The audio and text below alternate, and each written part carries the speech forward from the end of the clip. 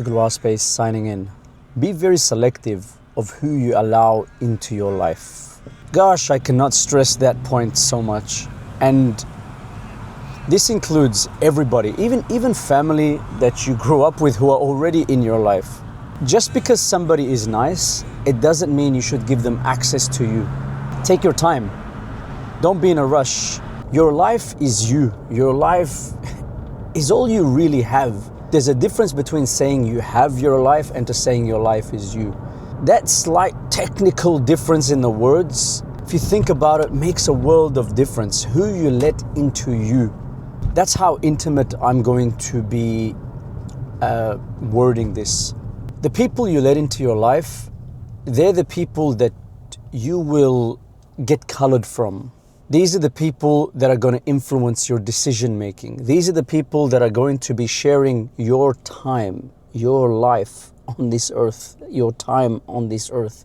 And that is limited. It's a limited resource worth more than money, worth more than gold. It's the biggest asset you have. Don't fall into the trap of, oh, I like them, I'm going to let them in. No, you need to weed people out. Yes, that does mean that you're not going to end up with a huge amount of people. And you know what? A huge amount of people never really helped anybody. There's a particular guy I used to know a few years ago, and he was very much a people's person. He was the life of the party, as you can say. Had a lot of friends. Whenever you looked at his photos, there'd be him and, 30, 40 boys.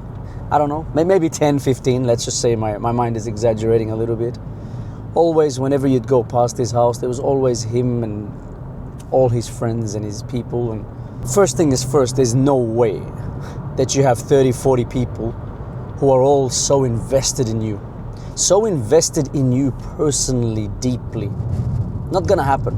Everybody wants to speak and say, oh, I knew him, I know him, I'm associated to him, and so on. Now this young man, he was cool, the life of the party, as we stated, and he had a reputation, ladies' man. His life ended tragically. One day, he decided to end his life. Whatever he was going through, he just couldn't bear it.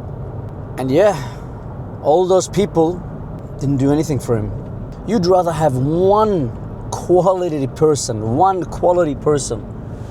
who hears you out properly, who tells you things honestly. One person is better than all of those people put together.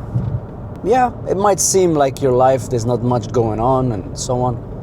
But hey, what happened to quality over quantity? And we mentioned before, gold. Think about it as having 100 copper pieces versus one gold piece. And so be very selective of who you have in your life. Those people are going to dictate the lifestyle you're going to have, because that's where you spend your time, and where we spend our time is who we are, is going to be big part of who you are. Like, you're going to be learning the language of that place. You're going to be learning the behaviors of that place that you're spending most of your time in. And in looking for lovers, the same thing. For example, as a man, you're going to meet a lot of people who are going to try to use you. You're going to meet a lot of people who are going to take advantage. Women, the same thing. And how do you weed out people?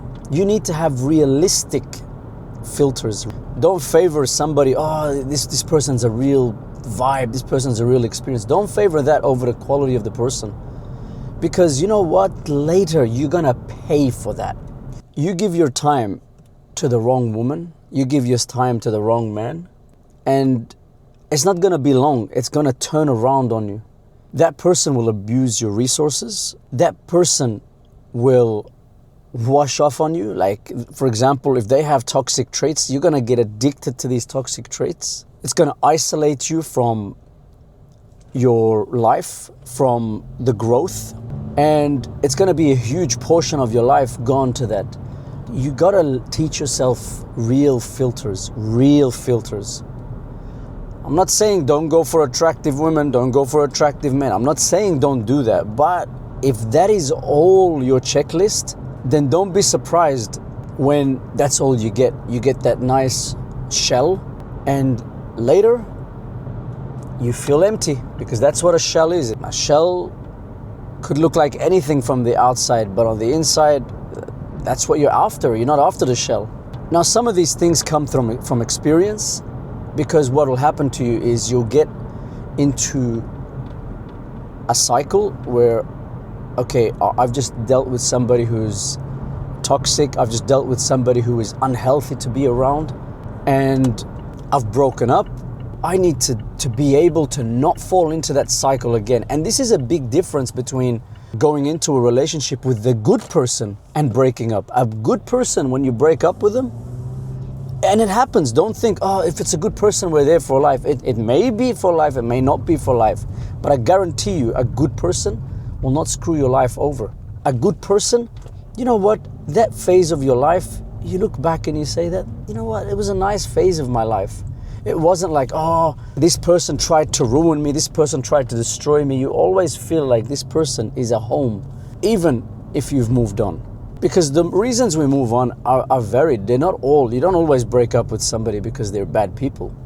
Sometimes it's just not an aligning of goals. Life just separates you, could be whatever reasoning. So you need to have a filtering system, and every time you go forward, you update that filtering system. And how you update it is not with reaction. If you decide to update with a reaction, oh, from now on I will no longer do this, like that kind of, you're gonna lose. The reason you're gonna lose is you're doing it not out of a deep conviction. You're doing it out of momentum. You're a pendulum. That pendulum swung that way, and now it's gonna swing the other way. You might have been in a relationship with somebody who is extremely toxic, and then the next relationship you're like, you know what, I'm not gonna give nothing, I'm just gonna force this person to marry me in like 2 weeks. Let's see, let's take it. Do you think your deep heart is gonna be happy with that? It's not gonna happen. It won't happen. That filtering system, you hold the key to it. Of course, when you're a child, you don't choose who comes in and out of your life. But as an adult, you should be observant. You should be like, okay, I was at school. I had a lot of friends at school. How many of them came through? Not many. That tells you that quality is not in numbers. Good-looking woman, yeah, you know what? Those good looks last a few months. Good-looking man, same thing. They last a few months. And okay, the social factor, oh, I'm walking with this person. How does everyone perceive me? Yeah, you'll feel as empty as it gets, because you want someone who's present with you.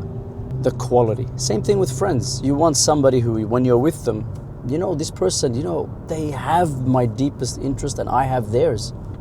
Two-way thing. So what to do? Be the person you want to find. It won't come overnight, but it will come. You won't find somebody today, but you will find them. Your intention will always clear up the way for you to find. And it's not a vision board.